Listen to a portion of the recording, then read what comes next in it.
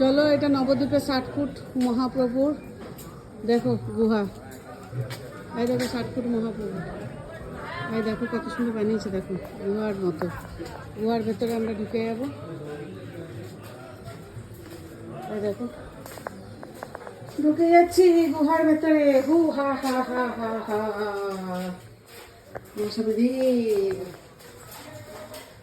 কি সুন্দর বানিয়েছে দেখো পুরো গুহা। এই যে নবদ্বীপে 60 ফুট মহাপ্রভুর জায়গা। এটা প্রচুর ঘোরার জায়গা আছে এখানে।